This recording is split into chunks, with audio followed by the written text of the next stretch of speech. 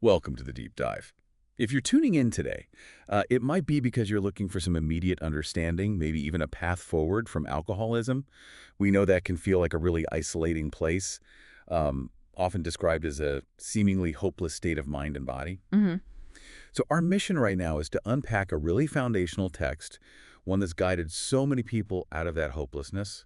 It's the book called Alcoholics Anonymous, often just known as the Big Book. That's right. And it's more than just a book, really. It's presented as, well, a lifeline. Its core purpose, it says this right in the foreword, is to show other alcoholics precisely how we have recovered. So this isn't theory. It's about a practical path, something that's proven to work, a way to heal and find a new way to live. Exactly. So we're going to walk through its pages together, kind of tailored for you listening right now. We'll start by digging into how AA actually understands alcoholism, what it is, according to the people who've lived it. Then we'll get into the practical solution it offers, that simple kit of spiritual tools. And finally, we'll touch on some really powerful stories of transformation straight from the book itself. It's really a journey from desperation to recovery. Okay, so let's start where the book starts, with the doctor's opinion. This was written by Dr. Silkworth, who treated, well, a lot of alcoholics. And he presents this idea, pretty groundbreaking at the time, that alcoholism for many is like an allergy to alcohol. An allergy, how does he mean that? Well, he means it triggers this uncontrollable urge, Yeah. this phenomenon of craving, something, he says, that just never occurs in the average temperate drinker. It started shifting the whole view, away from it being just a moral failing towards a real physical and mental condition. That's a huge distinction, isn't it? So if it's like a physical allergy, what does that mean for just having one drink? Moderation seems impossible then. Exactly. The book is very clear. For these allergic types, even one drink is like lighting a fuse. It says the alcoholic's body is quite as abnormal as his mind. Any alcohol is unsafe. So it's not about willpower to stop after one? No. It's a physical reaction that just kicks off that craving. There's no safe amount. Never safely use alcohol in any form at all, is how the book puts it. Okay, so there's the physical allergy part, but then there's this other really baffling thing the book talks about, this curious mental phenomenon. This is where someone, even after being sober for ages, just picks up a drink again, often for a really flimsy reason. Yeah, it's perplexing. Like, take Jim's story in the book. He's on a trip, stops for a sandwich, has absolutely no intention of drinking. He knows what alcohol does to him. Right. He knows the consequences. Totally. Knows the promises he's made. But somehow, he orders a drink, then another, and boom, drunk again. It's like this mental switch flips and all the common sense just evaporates. And that's so crucial because it shows that willpower, even knowing everything about your problem, it's of absolutely no avail for the real alcoholic. So if you're listening and you've tried everything, determination, maybe therapy, changing your circumstances, and you still go back, this explains why. It's not you failing morally. Exactly. It's the nature of the condition. Look at Fred's story. Here's a guy, strong character, smart, successful, totally understood his alcoholism, knew the pain it caused. He knew it intellectually. Absolutely. But he'd find himself having a drink almost casually despite knowing better. He thought, I get it now, I can handle it. But he kept relapsing. He thought self-knowledge was the key, but it wasn't enough. It's crushing to realize your own mind isn't enough. Which leads to a really stark point the book makes. If human efforts fail, what happens then? Yeah, the book doesn't really sugarcoat it. It says without a solution, the person may die or go permanently insane. Now, that's not meant to scaremonger, I think. It's about underlining the seriousness, the urgency, and really setting the stage for the solution it's about to offer. It shows why finding this path is so vital. Okay, so faced with that reality, the obvious question is, well, what is the solution? Yeah. And this is where AA presents its program. It calls it a solution that has worked with us, describing it as a simple kit of spiritual tools. Yeah. That simplicity sounds, well, appealing, given how complicated things can feel. It really is. And at the absolute core of this solution is the idea of a power greater than ourselves. Now, the chapter, We Agnostics, goes deep into this, and it's crucial to get this right. It's not about religion in a rigid sense. Not dogma. No, definitely not. It's about being willing to believe in some kind of higher power, whatever that means to you. You define it. The book asks this really simple but profound question. Do I now believe, or am I even willing to believe, that there is a power greater than myself? Just willing to believe. Just willing. And it says as soon as you can say yes to that, even tentatively, he is on his way. It's about admitting self-reliance isn't working and opening up to help from somewhere else. Okay, so once you have that willingness, the path unfolds through the 12 steps. The book calls them a practical program of action. Can you walk us through the first few? How do they start things off? Sure, step one is that fundamental admission. You're powerless over alcohol and life's become unmanageable. It's just honesty, really. Facing reality. Facing reality. Then step two brings hope. Came to believe that a power greater than ourselves could restore us to sanity. So acknowledging help is possible. And step three is the decision. Made a decision to turn our will and our lives over to the care of God as we understood him. That last part is key as you understand him. It's about letting go of the reins. Okay, so admitting powerlessness, finding hope in something bigger, and making a decision to turn things over. That sets the stage. Then step four.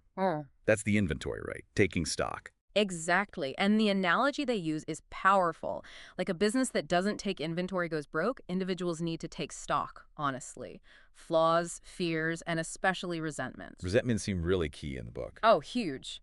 It calls resentment the #1 offender. It says it's fatal for alcoholics because harboring it cuts you off from any spiritual help, and then the insanity of alcohol returns. It guides you to list out who you resent, why, and how it affected you, your self-esteem, your security. It's about seeing your part in it, not just blaming others. And it mentions fears, too. Yes, fears are often tied back to that self-reliance failing. Trying to control everything yourself leads to fear when you inevitably can't. The inventory tackles all of this. So after that really honest look inwards, what comes next? Steps 5, 8, and 9 seem to be about dealing with the past, admitting wrongs, and making amends. That's right. Step 5 is admitting to God, to ourselves, and to another human being the exact nature of our wrongs. Sharing that inventory. Then steps 8 and 9 are about becoming willing to make amends to people you've harmed, and then actually doing it wherever possible, unless doing so would injure them or others. The book calls it sweeping away the debris from living on self-will. Can you give an example of how that looks? Well, there's the story of the man who owed alimony. He resented his ex-wife, hadn't paid for years. Through the program, he wrote her a letter, admitted his faults, asked forgiveness, sent some money, and even said he was willing to face consequences, like jail. Wow, that takes courage. Immense courage, but that willingness to face the past, to go to any length, that's what opened the door to fixing things. It's about cleaning up your side of the street. And it's not just a one-time cleanup, is it? Recovery sounds more like ongoing maintenance. Definitely. It's a daily process. Step 10 is continuing to take personal inventory and promptly admitting when you're wrong, sort of like keeping the house clean once you've swept it. And step 11 is about seeking conscious contact with God, as you understand God, through prayer and meditation, just asking for knowledge of his will and the power to carry it out, daily spiritual upkeep. And through all this, the book emphasizes love and tolerance of others is our code, a huge shift from self-centered fear and resentment. And all this leads to step 12, which the book calls the foundation stone of recovery. Carry this message to other alcoholics.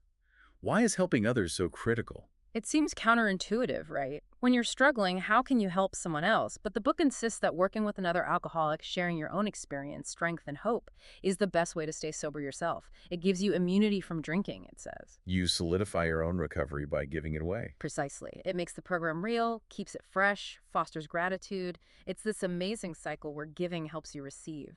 Okay, so that's the program in theory. But the real power comes through in the stories, doesn't it? The transformations.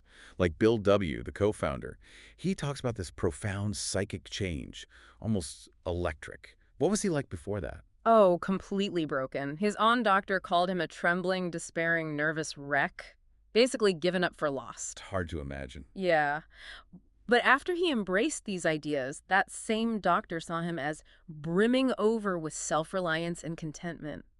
Bill himself found this deep peace and serenity he'd never known.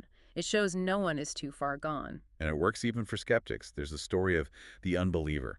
How did someone like that find recovery? His story is great for anyone hung up on the spiritual side. He had huge intellectual pride, very anti-religious, but he eventually became willing to believe that there is a power greater than myself. Didn't have to buy into dogma, just open his mind to crack. And his takeaway was pretty blunt, wasn't it? Yeah, he said the solution never fails if you go about it with one half the zeal you have been in the habit of showing when getting another drink. Basically, put in the effort, and it works, regardless of your beliefs. And recovery isn't just for men. A Feminine Victory shows that. What was her experience? She's incredibly honest about being destroyed by selfishness, self-pity, and resentment, really trapped in that negative cycle. But through the program, she says those things are being eliminated. And the key thing, she has no more idea of taking a drink to aid me through a difficult period. The obsession was removed. It changed her from the inside out. And then the car smasher. Love that name. He boils it down to 4 simple steps. What are they? Yeah, his summary is fantastic. First, have a real desire to quit. Second, admit you can't. And he adds, this is hardest. Acknowledging powerlessness, yeah. Third, ask for his ever-present help. Fourth, accept and acknowledge this help. It's just surrender and acceptance in 4 lines. Admit defeat, ask for help, accept it. Simple but profound. All these stories, they paint this picture of incredible change. A new attitude, being saved from a living death, becoming part of a happy human beehive. It's clearly more than just stopping drinking. Oh, absolutely. It's about getting a life back, often a better life than you had before. The message just echoes. It works. It really does. So bringing this back to you, the listener, what does all this mean right now? If you're feeling desperately wanting to stop but cannot, this program is specifically aimed at you. But it does require being willing to go to any length to get it. It's not a passive thing. No, it requires action. And the book speaks very directly here. It basically says, look, if you're an atheist, agnostic, skeptic, if your intellectual pride is blocking you, well, that's a tough spot. It goes on, if you still think you were strong enough to beat the game alone, that is your affair. Pretty direct. Very. But if you really and truly want to quit drinking liquor for good and all and sincerely feel you must have some help, we know that we have an answer for you. It's a compassionate but firm invitation. And it's important to note, this isn't anti-professional help, is it? Not at all. The book explicitly mentions that God has abundantly supplied this world with fine doctors, psychologists, and others. AA often works alongside professional help. It's about using all available resources. All right, it's not either. Exactly. And maybe one of the most powerful things you find is the community. The book promises you will make lifelong friends, bound with new and wonderful ties. You will escape disaster together and commence shoulder to shoulder your common journey. That shared experience, that support, it's incredibly powerful. You're not alone in this. So the path requires that fearless and thorough action we talked about, but the promise is immense freedom, growth, and really joy. It's truly life-changing. And think about this final thought from the book, especially if your past feels like a heavy burden right now. The dark past is the greatest possession you have, the key to life and happiness for others. With it, you can avert death and misery for them. Your struggles, your experiences, they can become your greatest strength. They allow you to connect with and help others in a way nothing else can. It gives immense purpose to everything you've been through. We really encourage you, if this resonates, to explore the Alcoholics Anonymous Big Book for yourself. There's so much more depth and many more stories in its pages. And consider seeking out a local AA meeting. They're everywhere, filled with people who understand. This deep dive is really just scratching the surface of a journey that could transform your life.